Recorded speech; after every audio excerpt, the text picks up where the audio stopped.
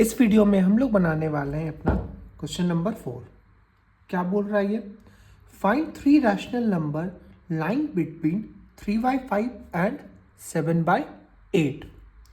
हम लोग को 3/5 और 7/8 के बीच में 3 रैशनल नंबर निकालना है। और क्या बोल रहा है? How many rational number can be determined between these 2 number. और पूछ रहा है ये दोनों जो नंबर है इसके बीच में टोटल कितना रैशनल नंबर आएगा। तो देखो, ये कभी भी है ना पूछेगा कितना टोटल रैशनल नंबर, तो रैशनल नंबर है ना इन्फिनिटी होता है। कैसे? इसको मान लो अगर तुम लोग पॉइंट में निकालो। फॉर एग्जांपल अगर हम लोग है ना एग्जांपल के लिए बोल दो कि 1 और 2 के बीच में पूछ लेगा इस दोनों के बीच में कितना रैशनल नंबर है, तो तुम लोग बोलोगे कि सर 1 और 2 के बीच में क्या ही आएगा, कुछ नहीं। लेकिन अगर हम बोलेंगे कि देखो 1.1, 1.2, अगर इसको हम डेसिमल में कन्वर्ट कर देंगे तो आया नंबर इसके बीच में।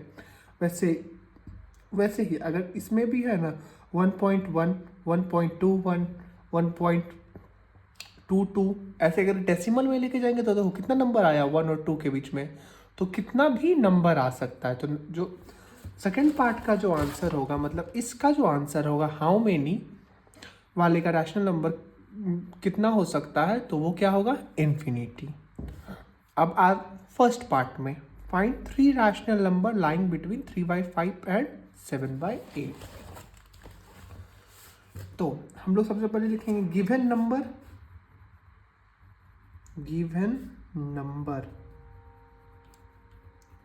क्या क्या है? 3/5 एंड 7/8। देखो, अगर इस दोनों के बीच में कोई एक रैशनल नंबर बोलता तो हम लोग क्या करते, वही सिंपल जो फॉर्मूला लगाते थे वो फॉर्मूला लगा देते। लेकिन इसमें क्या बोला है? इसमें बोला है 3 रैशनल नंबर निकालने।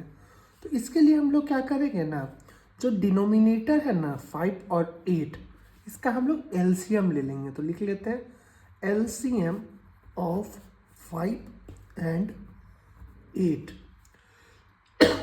तो 5 और 8 का जो एलसीएम आएगा वो क्या आएगा? 40 आएगा ना। तो पहला जो हमारा फ्रैक्शन है वो क्या है? 3/5 है।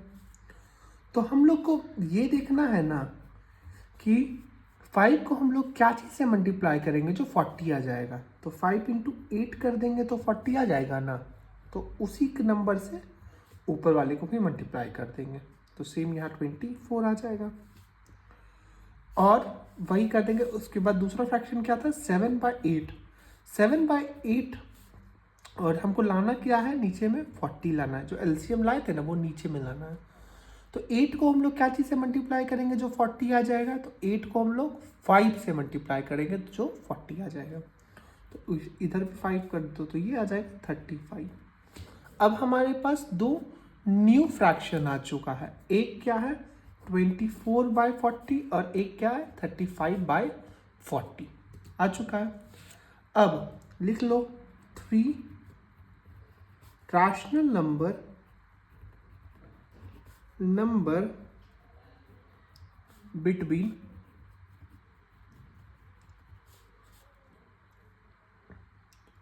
3/5 एंड 7/8 आर क्या क्या आएगा? 24/40 था यहाँ पे और यहाँ था 35/40। तो हम लोग क्या लिख सकते हैं? देखो 24 तो नहीं, इस दोनों के बीच में 25/40 लिख सकते हैं, 26/40 लिख सकते हैं, 27/40 लिख सकते हैं, कुछ भी लिख सकते हैं। हम लोग को जो कि 3 निकालना था 3। अगर मान लो कोई बच्चा 28/40 लिखा है उसका भी सही है, 29/40 लिखा है उसका भी सही है। तो ज़रूरी नहीं है कि इसमें है ना आपका आंसर बुक से मैच हो ही जाए। और अगर आपके टीचर स्कूल वाले भी कुछ अलग बताते हैं तो वो भी सही होगा, क्योंकि इसका कितना भी आंसर निकल सकता है।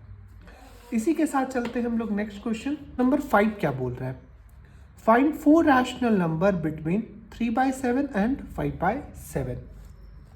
ठीक।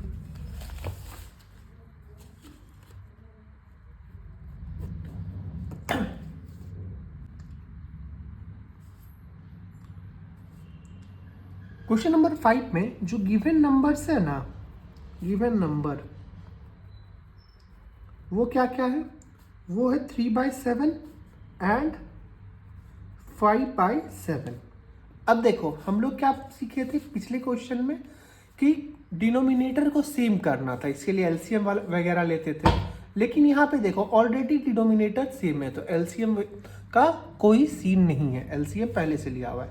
लेकिन अब दिक्कत नया क्या है कि हम लोग को बोला है ना कि इस दोनों नंबर के बीच में कोई 4 लाना है, 4 रैशनल नंबर, लेकिन 3 और 5 के बीच में कोई 4 नंबर कहाँ से आएगा। तो जब भी ऐसा कुछ रहे ना 3/7 लिख लो और 5/7 लिख लो। हम लोग को क्या बोला है, कोई 4 रैशनल नंबर, तो ऊपर नीचे है ना नेक्स्ट नंबर से मल्टीप्लाई कर दो। मतलब क्या, 4 रैशनल नंबर निकालने बोला है बिटवीन, तो 4 के बाद क्या आता है 5, तो ऊपर नीचे 5 से मल्टीप्लाई कर दो दोनों को।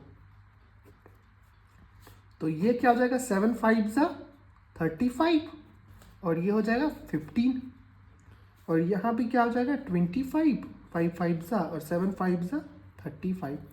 अब देखो इस दो फ्रैक्शन आ चुका है हमारे पास ना, तो रैशनल नंबर अगर निकालने बोलेगा इस दोनों के बीच में, तो हम लोग क्या लिख सकते हैं 16/35, 17/35, 18/35, 19/35।